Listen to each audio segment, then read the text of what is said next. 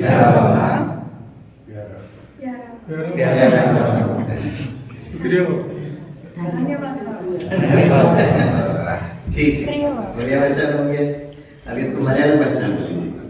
सही बोलिए। एंडे बाबा, मधुरमाय बाबा, स्नेहमुल्ला बाबा, नन्नी बाबा। अभी रशियन भाषा में बोलेंगे। मोई बाबा, तारागोई बाबा, सातकी बाबा, स्पाचिबो बाबा। अब आप कौन सा भाषा में चाहिए? चाइनीज में। चाइनीज में बोलो चिंग चोंग चिंग बाबा।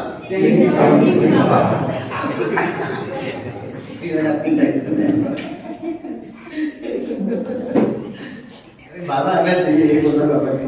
आज भी चिंग चोंग जो भी आता है बाबा शब्द से। आज बाबा ने मुरली में कहा कि बच्चे आत्माभिमानी बनना है। आत्मा तो मतलब मैं समझू कि शरीर से अलग में चैतन्य ज्योति आत्मा। ठीक है। अच्छा, सबसे इम्पोर्टेंट बात है कि हम लोग हर दिन बाबा कहते हैं आत्मा बनी बनो, आत्मा बनी बनो। हम लोग प्रयास भी करते हैं कि मैं शरीर से अलग, मैं आत्मा हूँ। अब लोग आपके ये जो अंकुल के कुछ भाई बहन पूछेंगे, आप लोग आत्मा आत्मा करने से क्या फर्क पड़ता है जीवन में? अब अंकुल में इतने सारे लोग हैं, कोई आत्मा समझ कर थोड़ा चल रहा है, लेकिन जीवन चल रहा है। अब हर दिन सुबह उठकर 4 बजे मैं आत्मा हूँ, मैं आत्मा हूँ, और रात को सोने के लिए मैं आत्मा आत्मा हूँ, बीच में मुरली में आत्मा आत्मा हूँ। मैं आत्मा हूँ ये जानने से पहले तो बताइए जीवन में फर्क पड़ता है कि नहीं पड़ता है? पड़ता है। What difference does it make? Simple तरीके से, क्योंकि हम आजादी का अमृत महोत्सव मना रहे ना, फ्रीडम, स्वतंत्रता। तो पहला दिन पूरा समय, मैक्सिमम टाइम, उसका मैक्सिमम टाइम गाड़ी में बीतता है। इतने वर्षों से वो टैक्सी चला चला चला चला कर उस भाई को लगता है मैं ही एक गाड़ी हूं, मैं ये गाड़ी हूं। चला चला दिन रात गाड़ी चला रहे भाई, कितने वर्षों से चला रहे, तो उसको लगता है मैं ही गाड़ी हूं। राइट। अब एक दिन स्वामी भाई को सपोज मुझे कटक से यहां पर आना है, तो मैं एक टैक्सी ड्राइवर को पकड़ता हूं। मैं कहता हूं मुझे जरा है ना अंगुल में जाना है, वहां 1-2 घंटे भाई बहनों से मिलना है, वापस मुझे कटक छोड़ देना। तो बोला ठीक है। तो बोला लेकिन भाई साहब 1-2 घंटा रुकूंगा तो भाड़ा उसका देना पड़ेगा। मैं दे दूंगा भाई, वेटिंग चार्ज तो देना ही पड़ता है, कम प्लीज कम। अब वो गाड़ी चलाकर कटक से लेकर मुझे अंगुल लेकर आता है। अब नीचे आपकी गाड़ी रुक जाता है। फिर मैं कहता बस आधा 1 घंटा सब भाई बहनों से ओम शांति करना, फिर निकलना है। राइट, पब्लिक प्रोग्राम है, जो भी प्रोग्राम है। तो बोला ठीक है, मैं वेट करता हूँ। मैं कहूँगा नहीं नहीं, एक काम करो, अब आप यहाँ इतना 1-2 घंटा 3 घंटा लेकर आए, आप भी आ जाओ, बैठो, और हमारे अंकुल के भाई बहन बहुत अच्छा है, आपको प्रसाद वसाद भी खिला देंगे। राइट, आप अच्छी बातें सुन भी लेना आप। तो बोला भाई साहब मैं आना तो चाहता हूँ लेकिन मैं आ नहीं सकता हूँ। मैंने कहा क्यों? आओ ना, परमात्मा का घर है, कोई भी आ सकता, आप आइए। बोला नहीं भाई साहब आप जाइए, लेकिन मैं नहीं आ सकता हूँ। मैंने कहा क्यों नहीं आ सकते भाई, आओ ना। बोला नहीं मैं नहीं आ सकता। अरे भाई बाबा के घर कोई भी आ सकता है। बोला मैं कैसे आऊं ना, आपका हॉल तो फर्स्ट फ्लोर में है, तो मेरी गाड़ी वो फर्स्ट फ्लोर में कैसे जाएगी? देखो हेलो हेलो हेलो, गाड़ी लेकर नहीं आना है, आपको आना है। नहीं नहीं वो सीढ़ी है ना, तो गाड़ी कैसे जाएगी? तब मुझे समझ में आता है, ये इसको लग रहा है कि ये गाड़ी है। तो मैं इधर आऊंगा, प्रहलाद भाई 2-4 अच्छे हट्टे कट्टे भाई को लेकर आऊंगा। मैं कहूंगा थोड़ा सेवा करो भाई। मैं क्या सेवा करना है स्वामी भाई? तो मैं कहूंगा इसका है ना दरवाजा खोलो। दरवाजा खोलेंगे, ये जो ड्राइवर है ना इसको पकड़ कर बाहर निकालो। बाप भाई लोग सब उसको पकड़ते हैं और उसको निकालते हैं। वो उसको लगता नहीं अपनी गाड़ी आएगी नहीं, लेकिन गाड़ी अलग है, गाड़ी को वहीं रहने दो। और जैसे ही अब भाई लोग उसको पकड़ के बाहर निकालते हैं ना, उस दिन वो आजादी का अमृत महोत्सव महसूस करता है, फ्रीडम। फिर उसको थोड़ा मदद करना पड़ता है, नहीं चलो चलो, वो गाड़ी देखता, अच्छा मैं गाड़ी नहीं हूं। फिर इसको धीरे से पकड़ो, फिर सीढ़ी ऊपर ऊपर ऊपर चढ़ाओ। That's the point. सारा जो दुनिया में लोग है ना, ये गाड़ी समझ के अटके हुए हैं। और इनको कब ये परेशानी होगी पता है? अंतिम समय पर, क्योंकि अंतिम समय ऊपर सीढ़ी चढ़ना है। अब वो शरीर समझ रहा है, ऊपर उठ नहीं रहा है, लेकिन हालत भी खराब है क्योंकि गाड़ी ऐसी पंचर हुई है, वहां पर वो तकलीफ होता है हमको। और अंतिम समय, राइट, तो अगर हमें ऊपर जाना है तो शरीर और आत्मा अलग है, समझना है। और दूसरी बात, मैं दुनिया के हिसाब से बता रहा हूं, शरीर की जरूरत अलग, आत्मा की जरूरत अलग, दोनों की जरूरत अलग है। गाड़ी की जरूरत अलग, ड्राइवर की जरूरत अलग। गाड़ी को क्या जरूरत है? पेट्रोल है, डीजल है, सीएनजी है, नट बोल्ट है, लुब्रिकेटिंग ऑयल है, ये सब तो चाहिए उसको, हवा चाहिए टायर में, ये गाड़ी की जरूरत। लेकिन गाड़ी में बैठने वाले ड्राइवर की जरूरत अलग है, दोनों की जरूरत अलग है। उसी तरह ये जो शरीर की जरूरत अलग। शरीर की जरूरत क्या है? पुराने जमाने में हिंदी में एक फिल्म आई थी, रोटी कपड़ा और मकान। मैंने अपने स्टूडेंट से पूछा, एक खड़े होकर कहता, सर ये पुराना सिलेबस हो गया। मैं कहा आप नया सिलेबस बताइए। बोला सर रोटी कपड़ा मकान और मोबाइल सर। शरीर मोबाइल है, घूमता फिरता रहता है, करेक्ट। तो शरीर की जो जरूरत है वो रोटी कपड़ा मकान। इस शरीर में बैठने वाला आत्मा रूपी ड्राइवर की जरूरत क्या है? क्या है? हाँ, वेरी गुड। हाँ, यस, आत्मा की जो जरूरत है वो है गुण, ज्ञान, गुण और शक्तियां। ये आत्मा की जरूरत है। आत्मा को शांति चाहिए, आत्मा को प्रेम चाहिए, आत्मा को सुख चाहिए, आत्मा को पवित्रता चाहिए, आत्मा को आनंद चाहिए। अब होता क्या प्रॉब्लम लोगों के साथ, अब आत्मा को खुशी चाहिए लेकिन आत्मा का ज्ञान नहीं है, तो खुशी कहां से ढूंढेंगे? रोटी खाने में खुशी ढूंढेंगे। ये खुशी चाहिए ना। अब आत्मा का परिचय नहीं है, मालूम नहीं है कि आत्मा का जो स्वधर्म सुख है, वो सुख कहां ढूंढेंगे? रोटी कपड़ा मकान में ढूंढेंगे। तो बहुत सारे माता पिता फोन करते हैं और कहते हैं कि मेरे बेटे को डिप्रेशन हो गया है। मैं कहता आप डॉक्टर हैं क्या? बोला नहीं। फिर मैं कहा आप कैसे सर्टिफिकेट देते हैं डिप्रेशन का? Depression is a clinical case, तो आप सर्टिफिकेट मत दीजिएगा, आप सिम्टम्स बता सकते हो। तो सिम्टम्स देखकर मैं बताऊंगा फिर क्या करना है आगे वो देखेंगे। आप सिम्टम्स बताइए ना, जिससे माता पिता को लग रहा है कि शायद बच्चा डिप्रेशन में जा रहा है। That's very natural, normal. तो बोला बेटा किसी से बात नहीं करता है, कमरे में अकेला रहता है। मैं कहा हाँ, that is a good symptom. लेकिन वो डिप्रेशन है कि नहीं कैसे पता चलेगा? तो मैं अक्सर माता पिता को कहता हूं, जब बच्चा भोजन करता है ना, उसके बिना जाने उसका वीडियो उठाओ और फिर मुझे भेजो। और अक्सर देखा गया है जिसको डिप्रेशन हो रहा है, वो जब भोजन करेगा ना तो ऐसा भोजन करेगा जैसे पहली बार वो भोजन देख रहा है। क्योंकि डिप्रेशन का मतलब होता है आत्मा की एनर्जी कम, परेशान, नेगेटिव एनर्जी, और आत्मा ढूंढ रही है खुशी की। तो आत्मा को कहां से मिलेगा? भोजन खाएगा, ऐसा खाएगा उसका कभी पेट नहीं भरता।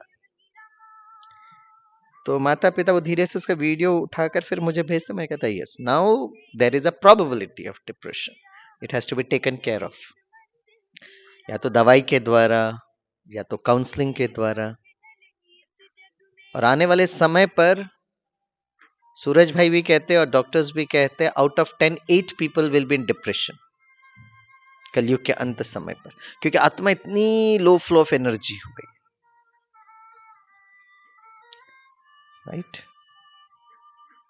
इसलिए जैसे ही हम बैठते हैं और हम ये संकल्प करते हैं कि मैं आत्मा सुख स्वरूप, तो आत्मा जैसे ही सुख का वो स्वधर्म में टिकती है, ऑटोमेटिकली हैप्पीनेस आने लगती है। इंग्लिश में कहावत है, सभी मेरे साथ बोलिए, where mind goes attention goes, where attention goes energy flows, where energy flows dash dash.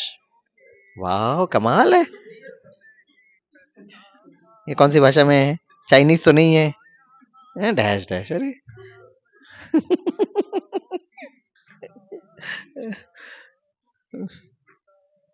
Where mind goes attention गोस, मतलब जहां मन जा रहा है वहां बुद्धि जाएगी। Where mind goes, attention goes. Where attention goes, energy flows. जहां मन बुद्धि जा रहा है वहां की एनर्जी आने लगती है. Where mind goes, attention goes. Where attention goes, energy flows. Where energy flows, dash dash नहीं, life grows. जिस प्रकार की ऊर्जा है वैसा हमारा जीवन बनता है. मतलब मन बुद्धि को हम कहां लेके जा रहे हैं वहां की एनर्जी मेरे में आने लगती है. आप मन बुद्धि को कहां लेके जा रहे हैं, ये बहुत इंपॉर्टेंट है. तो बाबा आकर कहते हैं मन बुद्धि को धीरे से पहले यहां लेकर आओ, मैं आत्मा हूं. फिर मन बुद्धि को ऊपर लेकर आओ. यह याद की यात्रा, योग. तो योग क्या है, फिर से हम रिपीट करते हैं. अपने को, अरे ऐसा आवाज नहीं आ रही, अपने को आत्मा समझ बहुत प्यार से बाबा को याद करें. तो उस दिन मैंने बताया था एकाग्रता क्या है, मन बुद्धि और संस्कार. मन का काम है संकल्प करना, बुद्धि का काम है चित्र बनाना, और फिर तीसरा है कर्म करना. तो अभी हमने जो बोला ना अपने को आत्मा समझ बहुत प्यार से बाबा को याद करना, ये ऑडियो है. वीडियो में यहाँ पे लैपटॉप में एक बैठा हुआ है अपने को आत्मा समझ, वो देख रहे, वीडियो देख सकते हैं. तीसरा है अगर आपको अपने को आत्मा समझ बहुत प्यार से बाबा को याद करना, अगर आपको किसी को सिखाना है. तो अभी हम कुछ समय पहले ना मई में राष्ट्रपति भवन में गए थे. तो राष्ट्रपति भवन का एक प्रोटोकॉल होता है कि वहां जो भी प्रोग्राम होता है और जो भी वक्ता बोलते हैं including the honourable president of India, उसका जो ट्रांसलेशन जो होता है ना, वहां पर मैंने देखा एक बहन जो थी वो इशारों की भाषा में समझा रही थी. मतलब जो लोग सुन नहीं सकते हैं ना, वो कुछ समय बोलना बंद कर देते हैं. डेफ एंड म्यूट, बधिरों की भाषा. आप लोगों ने देखा होगा पहले टीवी में आता था. सुन नहीं सकते वो कुछ समय के बाद बोलना बंद कर देते. तो ऑडिटोरियम में जहां प्रोग्राम हो रहा था, अब हम तो सुन पा रहे हैं, लेकिन भारत में और विश्व में जो लोग अगर सुनना चाहेंगे, लाइव प्रोग्राम था टीवी में, तो वो इशारों की भाषा वाले समझ सकते. तो हम तो बस वो बहन को देख रहे थे, क्योंकि सुन तो हम समझ रहे थे, लेकिन वो कैसे इशारों की भाषा में ऐसे ऐसे बता रहे थे. मैं कहा ये बहुत इंपॉर्टेंट है. और जब प्रोग्राम खत्म हुआ तो हम उस बहन के पास गए, ओम शांति बहन जी. मतलब वैसे वो तो प्रेसिडेंट के, मतलब जो वहाँ के डिपार्टमेंट की बहन थी. और मैंने कहा आपकी इशारों की भाषा बहुत अच्छा लगा हमें, और इसलिए मुझे उस बहन का मैंने नाम नंबर लिया, क्योंकि सतयुग में भी बाबा कहते इशारों की भाषा समझते हैं. मैं कहा ये बहन से थोड़ा ट्रेनिंग लेना चाहिए, इशारों की भाषा, राइट. अब मैं आपसे पूछना चाहता हूं, तो एक बार हम कुमारों की भट्टी करा रहे थे. वो कुमारों की भट्टी में मैसूर में दीदी ने कहा टोटल साइलेंट भट्टी होगा, मतलब सबको मोबाइल तो पहला दिन सबमिट करना है. चलो वो कोई बहुत बड़ी बात नहीं है, लेकिन फिर उन्होंने कहा कि अगर स्वामी भाई आप फैकल्टी आप ओम शांति बोलेंगे तो कोई भी ओम शांति नहीं बोलेगा. आप ओम शांति बोलेंगे तो सभी एक हाथ की ताली हिलाए करेंगे, ओम शांति. अरे सब लोग घूर के देख रहे हैं भाई, हिला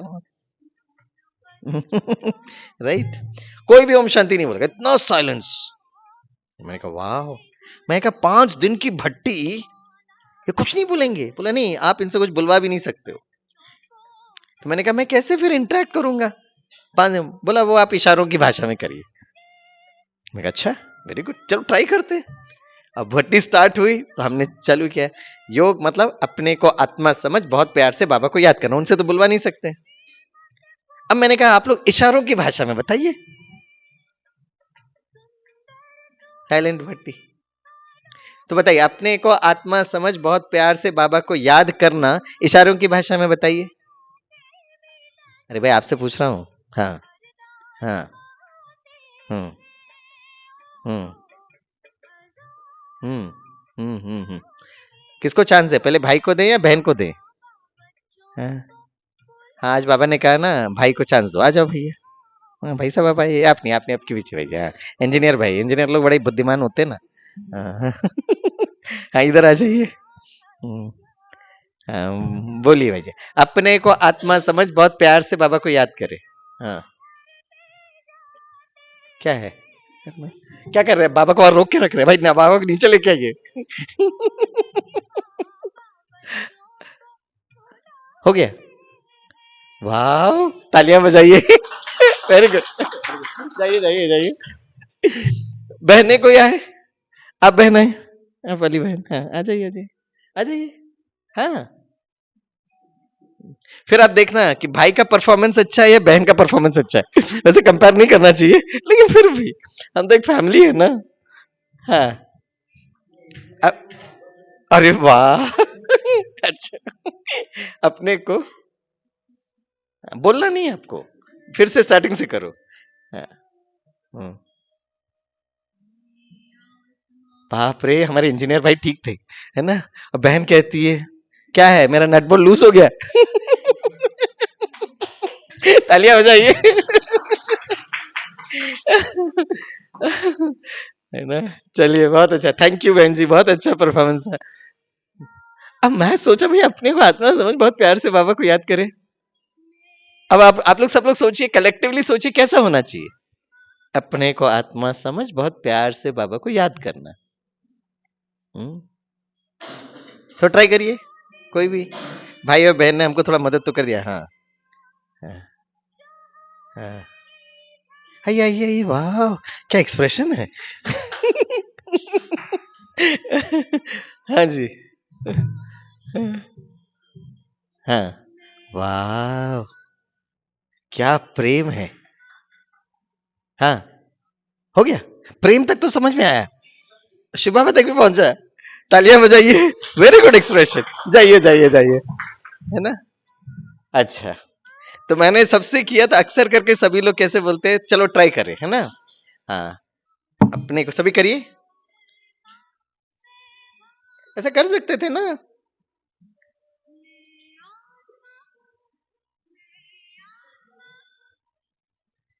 हाँ, अब नीचे रखिए। अपने को आत्मा समझ बहुत प्यार से शिव बाबा को।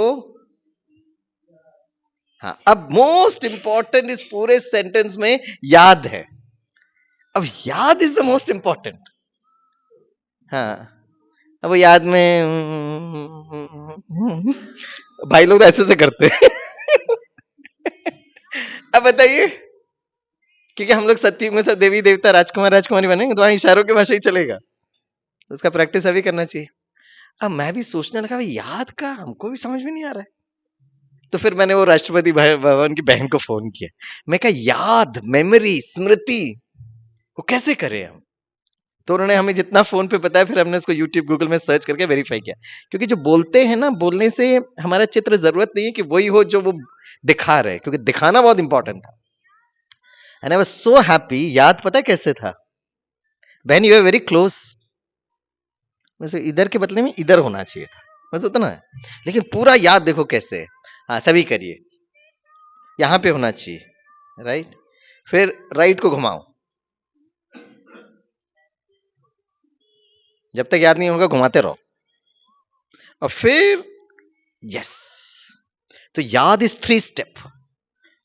और जब उस राष्ट्रपति भवन की बहन ने बताया, तब मुझे समझ में आया कितना बाबा के साथ जुड़ता है। ये मतलब मन और बुद्धि, और फिर मन बुद्धि को ऊपर लेकर जाओ, एकाग्रता बाबा तक। और फिर मन बुद्धि जब एक साथ बाबा पर टिकता है, दैट इज याद। अब पूरा डेफिनेशन हम करते हैं, ठीक है। और चेहरे में थोड़ा एक्सप्रेशंस लेकर करना, सिर्फ हाथ नहीं।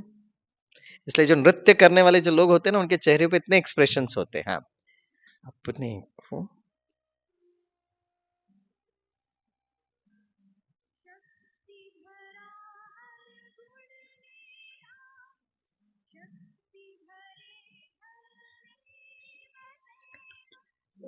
समझ में आया। तो अगली बार मैं आऊंगा तो मैं ये पूछूंगा, इसको हर दिन प्रैक्टिस करना।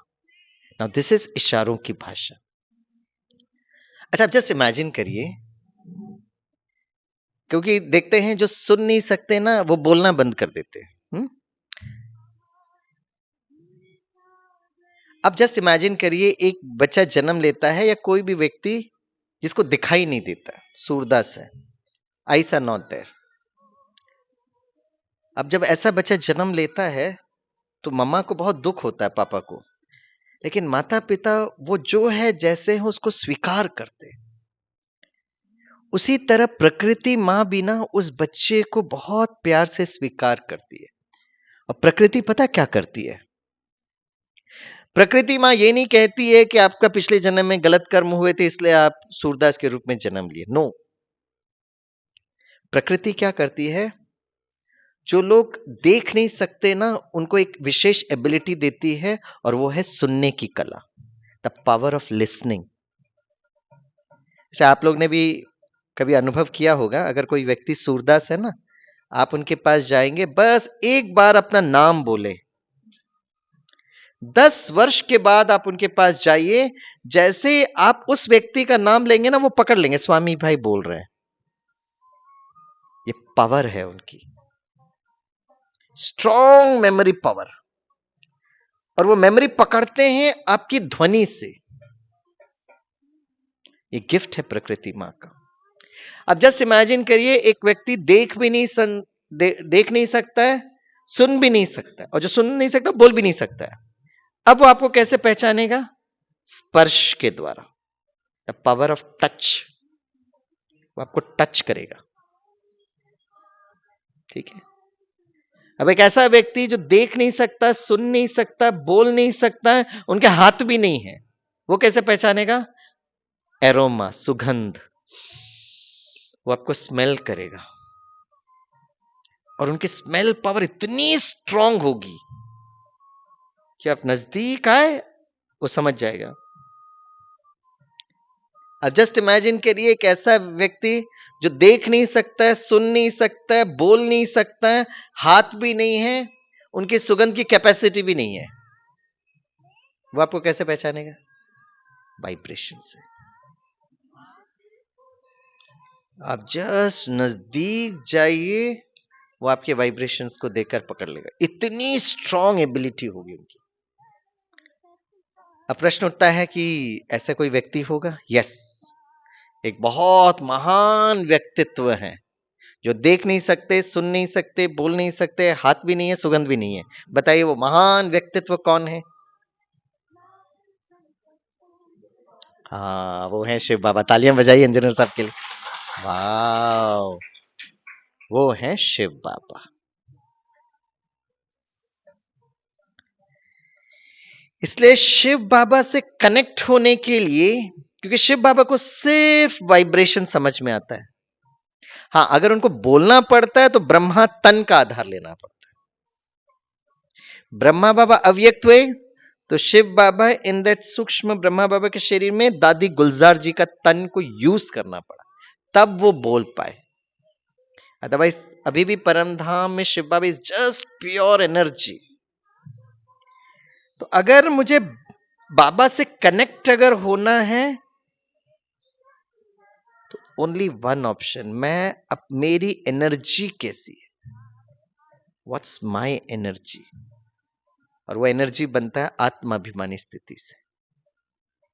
आत्मा के साथ गुण, जितना मैं उस गुण स्वरूप में टिकता हूं उतना बाबा के साथ कनेक्शन। और आज बाबा ने कहा, मुरली में कहा चिंतन करो, तो बाबा ने कहा है बच्चे, मेरे जब आप मुझे याद करोगे तो आपके विकर्म विनाश होंगे। चलो हम लोग बहुत भावनात्मक स्तर पर इसको स्वीकार करते हैं, बाबा को याद करने से मेरे विकर्म विनाश होते हैं। लेकिन अगर आप इसको साइंटिफिक तरीके से देखेंगे तो मैं शिव बाबा को याद कर रहा हूं, मतलब याद करने से मुझ आत्मा में 84 जन्मों का जो विकर्म है वो विनाश कैसे होते हैं? क्या है उसका प्रोसेस?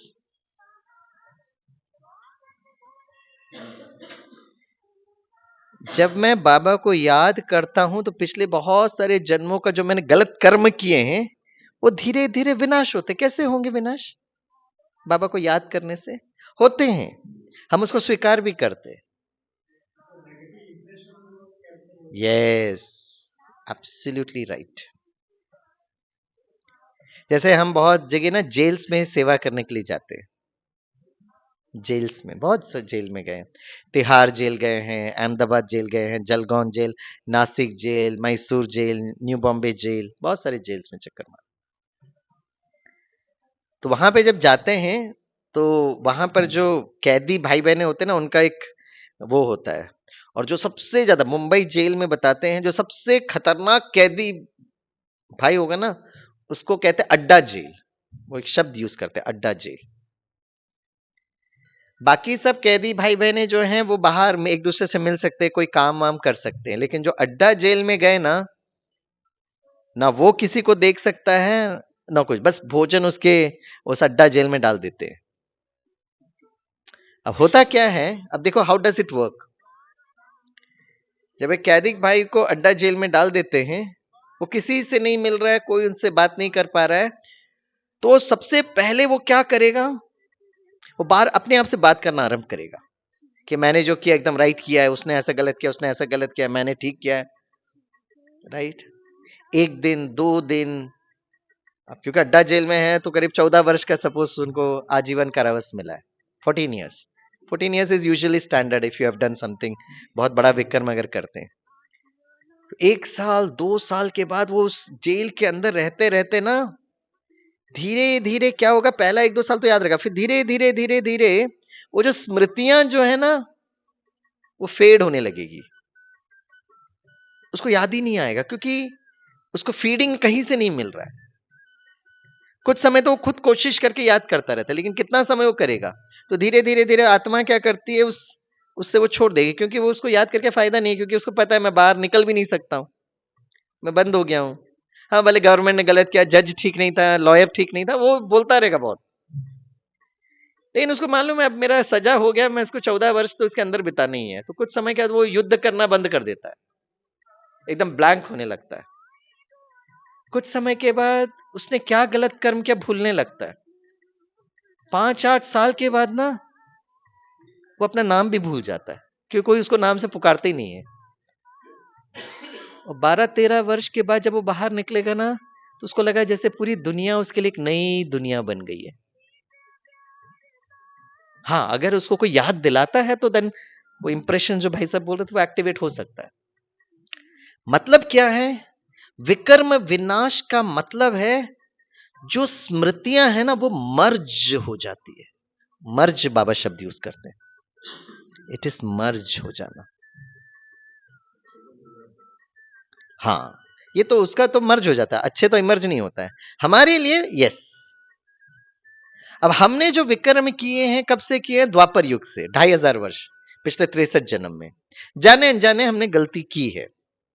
अब जैसे ही बाबा को हम याद करते हैं तो हमको क्या करना है, ये जो 63 जन्मों की जो स्मृतियां हैं ना, उसको मर्ज करना है। अब प्रश्न उठता है, भाई कौन से जन्म में मैंने कौन से विक्रम किए हैं, अब मुझे थोड़ी ना याद है, नंबर 1। नंबर 2, बाबा हमेशा कहते हैं अंतर्मुक्ता की गुफा में बैठना, लेकिन हम तो लोगों से मिल रहे हैं, बात कर रहे हैं, तो क्या करें हम। वो गलत स्मृतियों को मर्ज करने के लिए हम क्या करें, जो भाई ने बताया। बाबा कहते हैं उसके पहले जो 2500 वर्ष के आत्मा के अंदर वो देवी देवताओं के संस्कार तो है ना, उसको इमर्ज करो, बार बार उसको इमर्ज करो। तो इसलिए जब हम बाबा को याद करते हैं तो हम एक्चुअली क्या कर रहे हैं, मन बुद्धि से इस शरीर से डिटैच हो रहे हैं, शरीर से डिटैच हो रहे हैं। जैसे हमारी अव्यक्त इशारे जो है ना, अशरीरी बनना, अशरीरी बनना, अशरीरी। अब अशरीरी कैसे होगा, जैसे फॉर एग्जांपल एरोप्लेन में जब आप चढ़ते हो तो एक पायलट होता है, एरोप्लेन होता है, रनवे होता है। कौन कौन अभी तक एरोप्लेन में इस जन्म में चढ़े हैं, वो हाथ उठाए। फ्लाइट में, वाओ। कौन कौन अभी तक फ्लाइट में नहीं चढ़े, मुस्कुराते हुए हाथ उठाए। अरे हाथ उठा लीजिए, कोई बात नहीं है, आपके लिए पुष्पक विमान बन रहा है, don't worry. Pushpak Vimana is very safe also, nothing to worry. अभी का फ्लाइट का कोई भरोसा नहीं है। यस तो जो लोग फ्लाइट में बैठते हैं, आपने देखा होगा जब फ्लाइट टेक ऑफ होती है ना, अगर आप विंडो सीट में बैठे हो, तो जब फ्लाइट टेक ऑफ होती है और आप नीचे देखते हो तो आपको नीचे वो रनवे और वो एयरपोर्ट और वो सब दिखता है, राइट? तो आप विंडो सीट में बैठे हो और आप उसको नीचे देख रहे हो। उसी तरह अशरीरी होने का मतलब होता है एक मैं आत्मा, मेरा सूक्ष्म शरीर और मेरा स्थूल शरीर रनवे है। तो जब मैं धीरे से मन बुद्धि से मैं डिटैच हो रहा हूं, अशरीरी का मतलब होता है मैं बादलों में जा रहा हूं, बाबा से मिल रहा हूं, बीज रूप अवस्था, वो तो ठीक है। लेकिन अशरीरी का मतलब ये होता है, and that is the most fundamental, मैं मन बुद्धि से डिटैच हो रहा हूं और ऊपर होकर मैं मन बुद्धि से अपना शरीर नीचे देख पा रहा हूं। अगर मैं अपना शरीर मन बुद्धि से नीचे देख पा रहा हूं, that is a thermometer for अशरीरी। हम यहां बैठकर मन बुद्धि से किसी को भी देख सकते हैं। मन बुद्धि से हम क्या बोलते हैं, पांडव भवन देख सकते हैं, मन बुद्धि से हम पीस पार्क देख सकते हैं, मन बुद्धि से हम अपना घर देख सकते हैं, मन बुद्धि से परमधाम भी देख सकते हैं। यहां बैठकर मन बुद्धि से परमधाम देखना सब हम कर पाते हैं, लेकिन मन बुद्धि से मैं अपने शरीर को देखना, ये मेरा शरीर रनवे नीचे है, इसे ये जो डिस्कनेक्ट होता है ना, इसको आप बार बार थोड़ा ट्राई करना। दिस इज अशरीरी। हम क्या करते हैं, मैं आत्मा हूं, टिंग टिंग टिंग परमधाम, टिंग टिंग टिंग टिंग। नहीं, आत्मा तो मन बुद्धि से तो मैं ऊपर गया ना भाई जी, तो नीचे रनवे दिखाई देता ना जब आप फ्लाइट में बैठते हो, तो मैं मन बुद्धि से ऊपर हूं, ये मेरा शरीर अलग है, ये से डिटैच है, शरीर अलग। ये अगर आप देख पा रहे हैं, this training is to be done. कहते हैं अपने को आत्मा समझ, मुझे याद करो। जैसे हम शरीर में आएंगे तो हम शरीर के, जैसे बताया पहले, शरीर की बातें याद रहती है और वो स्मृतियां इमर्ज होती रहे, मर्ज होने में मुश्किल लगता है। इसलिए हम यहां बैठते हुए हम कोई गुफा में और सेल में तो नहीं जाएंगे, हम धीरे से डिटैच होंगे। तो ये जो डिटैचमेंट प्रोसेस है ना, ये बीकेस को अभ्यास करना चाहिए। This is the most important. हम अव्यक्त इशारा पढ़ तो लेते हैं, लेकिन ये प्रैक्टिस करना बहुत जरूरत है। एक बार हम केरला पुलिस एकेडमी में ट्रेनिंग के लिए गए, तो वहां जब हम ट्रेनिंग के लिए गए तो वो जो कमांडेंट मिले, तो उन्होंने कहा कि हमारे यहाँ पे ना यंग बॉयज एंड गर्ल्स आते हैं, तो उनको ना आते ही साथ तो उनको बहुत ट्रेनिंग दिया जाता है, दौड़ो, ये करो, वो करो, ये करो, ये करो, वो करो। और फिर बोला इनको हम स्विमिंग भी सिखाते हैं। मैं कहा अच्छा, आपके पास स्विमिंग पूल है? बोला हमारा बहुत अच्छा स्विमिंग पूल है। मैं कहा सर मैं आपसे एक रिक्वेस्ट करूं? बोला बताइए। तो मैंने कहा मुझे बचपन से इच्छा थी कि मैं स्विमिंग सीखूं, तैरना, लेकिन मैंने आज तक सीख नहीं पाया। तो आपका तो अच्छा स्विमिंग पूल है, आप सिखा देंगे? अरे सर क्या बताया, आप तो हमारे इतने पुराने जमाने के फैकल्टी हैं, क्यों नहीं। उसने वो बेल बजाया तो एक ऑफिसर आया, तो उसने कहा आप उस ऑफिसर को बुलाओ, वो जो प्यून को बोला, तो वो ऑफिसर आया, बोले यस सर। बोला आप इनको जानते हो? बोला अरे सर ये तो स्वामीनाथन सर है, हम 3-4 साल पहले जब हमारा ट्रेनिंग हो रहा था तो सर तनाव प्रबंधन हमें सिखा रहे थे सर, मेडिटेशन सब बताया सर हमको, ये तो हम इनको जानते हैं। बोला अच्छा, क्योंकि आप स्विमिंग पूल के इंचार्ज हो ना, तो ये सर की एक इच्छा है कि ये स्विमिंग सीखना चाहते हैं, तो आप जरा थोड़ा सा व्यवस्था कर दे। सर हमारे सर आ रहे हैं, हम खुद ही इनको स्विमिंग सिखाएंगे। तो कमांडर ने कहा आप जाइए, ये व्यवस्था करेंगे। तो जब मैं चल रहा था तो मैंने पूछा, राइट सर जी बताइए स्विमिंग सीखने में कितना टाइम लगता है? बोला वो डिपेंड करता है व्यक्ति पर व्यक्ति, depend from person to person. लेकिन आप ऐसे क्यों पूछ रहे हैं? मैं कहा ना मैं ना अभी यहाँ पे केरला में सिर्फ 1 हफ्ते का टाइम है, तो 1 हफ्ते के अंदर मैं सीख जाऊंगा। बोला सुबह शाम आप आ जाइएगा, देखते हैं, लेकिन एक काम करिए आज शाम को से शुरू करते। मैंने कहा अच्छा वेरी गुड। बोला शाम को इस टाइम पर पहुंच जाना, स्विमिंग पूल में मिलेंगे। हमने कहा ठीक है। हम शाम को हम पहुंच गए स्विमिंग पूल में, तो सर भी थे। तो मैंने कहा बताइए सर स्विमिंग कैसे करते हैं? तो उन्होंने स्टेप बाय स्टेप बताया। बोला ये स्विमिंग पूल है। मैंने कहा हाँ जी दिखाई दे रहा है। बोला उसके अंदर पानी है। मैंने कहा हाँ जी। और क्या कर रहे हैं? बोला देखो ये सीढ़ी है। तो सीढ़ी था वहां पर। बोले हाँ जी। बोला आप एक काम करना, उस सीढ़ी को पकड़ के धीरे धीरे नीचे उतरना, और नीचे उतरकर शरीर को हल्का करना और छोड़ देना। मैं क्या करना है? बोला उस सीढ़ी से उतरना है और जो हाथ पकड़ा है उसको शरीर को हल्का करना और छोड़ देना है। मैं क्या स्विमिंग ऐसे सिखाते? बोला आपने क्या सोचा? मैंने सोचा वो टायर होगा, ट्यूब होगा, हम क्या खेलेंगे कूदेंगे। बोले नहीं नहीं नहीं, वो तालाब में जाके सीखो, ये ट्रेनिंग एकेडमी है, यहां पर हम यही सिखाते हैं, उतरो। मैंने कहा बाप रे कहां फंस गए हम। अब इतना गहरा वाला स्विमिंग पूल है भाई, क्योंकि जंप करने वाला भी सिखाते हैं ना, तो बहुत गहरा होता है। अब हम धीरे से वो पकड़े, अब देखे तो पूरा पानी पानी पानी पानी। फिर देखे, बोला हाँ अब शरीर को हल्का करो और छोड़ो। अब मैंने जैसे ही छोड़ा तो पानी है भाई, अब तो इतना पानी पीने लगा, जब पकड़ लिया और जैसे ही किया तो अरे तुमको बोला नहीं शरीर को हल्का करो छोड़ो। मैं कहा सर कर रहा हूं। फिर किया, फिर पानी पिया, फिर पकड़ लिया मैंने, फिर वो चलाने लगे। अरे तुमको समझ में नहीं आता। अब उसके ओरिजिनल संस्कार भरने लगे। पुलिस वाले जो ट्रेनिंग का संस्कार ऐसे ही होता है, उनका प्यार का तो डेफिनेशन ही नहीं होता है, एकदम डांटते हो हमें इतना। ठीक है सर मैं करता हूं। मैं कहा कहां ये ऑफिसर मुझे मिल गए। फिर क्या, फिर चिल्लाने लगे, अरे तुमको कब से बोल रहे हैं, तुमको समझ में नहीं आता क्या। अब मैंने कहा सर प्लीज आप ऐसा मत बोलो, राइट। अरे मैं कह रहा हूं ना शरीर को हल्का करो छोड़ो। मैंने कहा कैसे करूं। बोला 3 साल पहले तुम ही तो आकर कहते शरीर को हल्का करो और छोड़ो, मेडिटेशन, ये तो तुमने तो सिखाया था। अब जैसे ही बोला तो मैंने कहा हेलो हेलो सर जी, आप कुर्सी में बैठे थे और जब मैंने कहा था शरीर को हल्का करो आप सब लोग कुर्सी में बैठ के सो रहे थे। मैंने आपको डांटा क्या? मैंने तो नहीं डांटा ना, मैंने कितना प्यार से बोला। तो बोला इसलिए हमको प्यार से बोला इसलिए हमको नींद आती है, राइट। बोला सर शरीर से हल्का करना मतलब मन से पहले हल्का होना, यही तो आपने हमें ट्रेनिंग दी थी।